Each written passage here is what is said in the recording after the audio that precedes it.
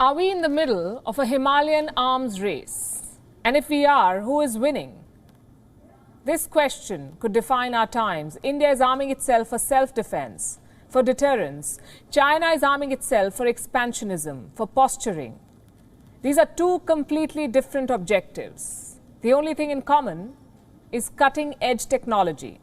On Wednesday, India tested its most advanced missile, the Agni-5. It was fired from the Abdul Kalam Island in Odisha.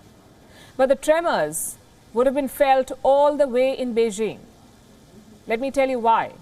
Agni-5 is a surface-to-surface missile. It was inducted into the arsenal 3 years back. This missile has a range of 5,000 kilometers. Agni-4 could travel 4,500 kilometers. This one can go another 500. Why is this extra range important? Because now India can strike anywhere in China, the extreme north, the remote east, anywhere. All of China is on Agni-5's radar. Does this make it an intercontinental ballistic missile? Well, not on paper. But for all practical purposes, it is an ICBM, an intercontinental ballistic missile. Agni-5 can theoretically strike targets in other continents like Europe and some parts of Africa. Another big advantage is the accuracy. At 5,000 kilometers, Agni-5 is a sure shot. Plus, it's easy to deploy. In military terms, we call it a canistered missile. So you can pack it, you can transport it and deploy it all inside a capsule or a canister. This also means that you can launch the Agni-5 from a road or a railway platform. It's quick and easy, but lethal. Because don't forget, this is a nuclear-capable missile. It can carry a 1.5-ton warhead. What is the intent behind this missile test? Is it just a message to China? Does it reflect India's growing military prowess? Here's what the Defense Ministry said, and I'm going to quote from that statement. The successful test of Agni-5 is in line with India's stated policy to have credible minimum deterrence that underpins the commitment to no first use. In other words, it's not about attacking, it's about defending. And the timing makes perfect sense.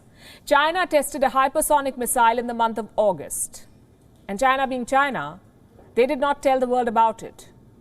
Even now, they continue to deny. They say it was not a hypersonic missile, but a space vehicle. How is this technology different from ballistic missiles? For starters, it's much newer. Hypersonic missiles are 21st century technology. Ballistic missiles date back to World War II. But old is not always bad. Hypersonic technology is like a flashy supercar. It's fast, it looks good. But what if you want to go on a trip or go to the supermarket? You'll be much better off with an SUV then. And in this story, ballistic missiles are the SUV. They're more efficient and accurate. So why are countries desperately chasing hypersonic tech? China and Russia have already unlocked it. So has the US. India is also building a hypersonic missile with Russia. It's called the BrahMos 2. A Mark 7 hypersonic missile. Reports say it could be tested by 2025. You could say hypersonic missiles are unpredictable. They travel low on the radar. And more importantly, they can change direction mid-flight, which means they're hard to detect and even harder to intercept.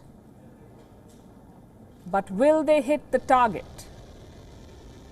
That is the key question. The Chinese missile, for example, the one they just tested, missed the target by 32 kilometers. The fact is, hypersonic missiles are untested. But this is an arms race. It doesn't matter if the technology works or not. If your rival has it, you must also have it. Which brings us to the Himalayan arms race. How serious is it? India and China are locked in a fierce border face-off. 18 months, 13 rounds of talks, still no progress. The Chinese side was never interested in a meaningful settlement. They were just stalling. And now we know why. China's showpiece parliament has passed a new border law. What does it say? That China's territorial integrity is sacred and inviolable. It sounds simple enough, but not in Beijing.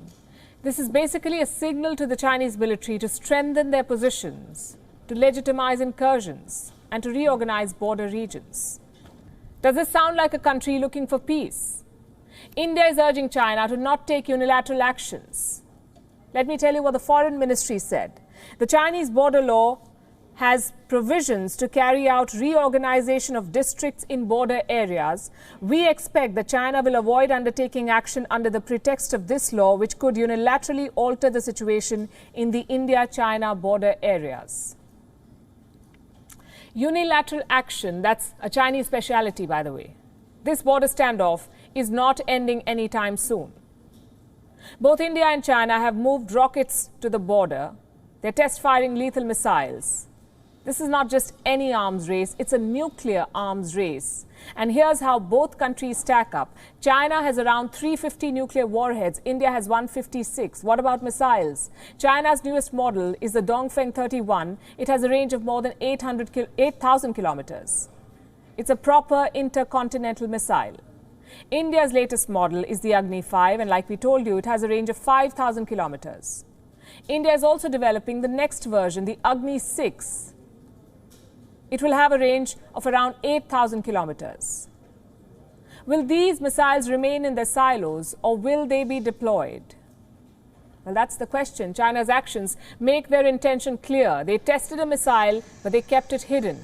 India, on the other hand, assured the world community of its responsibility. No first use.